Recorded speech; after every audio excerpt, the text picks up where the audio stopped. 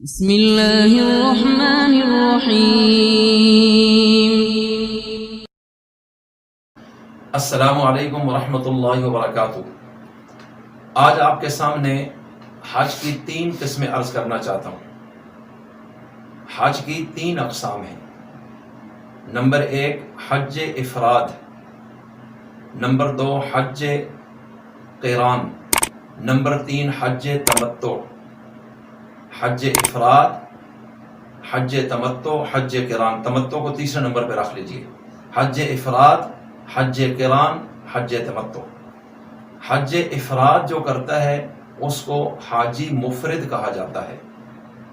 حج قران کرنے والے کو قارن کہا جاتا ہے۔ حج تمتع کرنے والے کو متمتع کہا جاتا ہے۔ اور یہ حج قران ہے یا حج تمتع ہے یا حج افراد ہے، اس کا فرق نیت کے ساتھ ہوتا ہے۔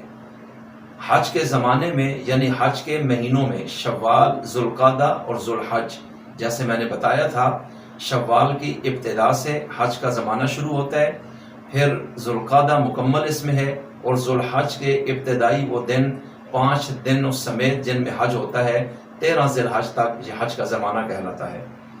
اور ان مہینوں میں کسی بھی شخص نے احرام باندھا میقات سے یا میقات سے پہلے حج کی نیت سے، تو اس وقت دیکھا جائے گا اس نے نیت کیا کی ہے۔ اگر اس نے سمپل اور سادہ صرف حج کی نیت کی ہے، عمرے کی نیت نہیں کی، اور احرام اسی نیت سے اس نے باندھا ہے، تو یہ صرف اس سفر میں اسی احرام کے اندر حج کرے گا اور پھر حج کر کے آزاد ہو جائے گا۔ یہ حج افراد کہلاتا ہے۔ دوسرے نمبر پہ حج قران ہے کہ شخص نے حج کے زمانے میں اور حج کے اوقات میں میقات سے احرام باندھا اور نیت یہ کی کہ میں اسی احرام میں پہلے عمرہ کروں گا، اور عمرہ کر کے احرام کھولوں گا نہیں، اسی احرام کی پابندیوں میں رہتے ہوئے میں حج بھی کروں گا، اور حج کر کے اس کے بعد آخر میں احرام کی پابندیوں سے آزاد ہو جاؤں گا۔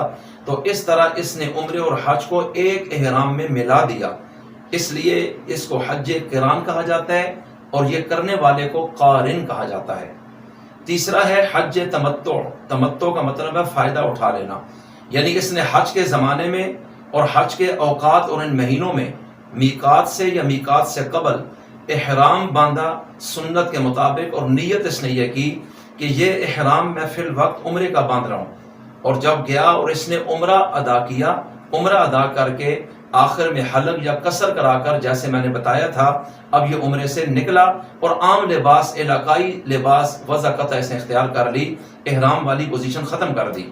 اب حج کے آنے تک جتنے دن بھی ہیں، 8 ذی الحج سے چونکہ حج شروع ہوتا ہے، تو اس وقت سے پہلے جتنے دن بھی ہیں یہ احرام کی پابندیوں سے نکل گیا، کھا پی رہے اور سارے کام کر رہے۔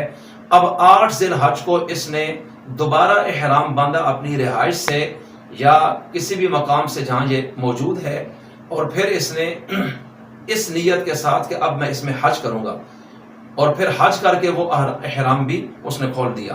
تو یہ درمیان میں عمرے اور حج کے احرام کے درمیان اس نے فائدہ اٹھایا ہے، یعنی پابندیاں ختم تھیں اور اس میں بال بھی کٹا لیے ہوں گے، اس نے ناخن بھی کتروائے ہوں گے، اور اس صورت میں خوشبو استعمال کی ہوگی، اور بھی جتنے کام حلال تھے اور اب حرام ہو گئے تھے تو وہ سب اس نے کر لیے، یہ فائدہ اٹھایا، اس لیے اس کو حج تمتع کہا جاتا ہے، اور یہ کرنے والے کو متمتع کہا جاتا ہے۔ ویسے عملی طور پر حج قران زیادہ مشکل ہے، کیونکہ انسان احرام پہلی مرتبہ باندھتا ہے اور جب تک حج نہیں کر لیتا، چاہے یہ جتنے دن بھی ہیں، یہ مسلسل پابندیوں میں، اور اس کا اجر بھی بہت زیادہ ہے۔ اللہ تعالیٰ سمجھ کی اور عمل کی توفیق عطا فرمائے۔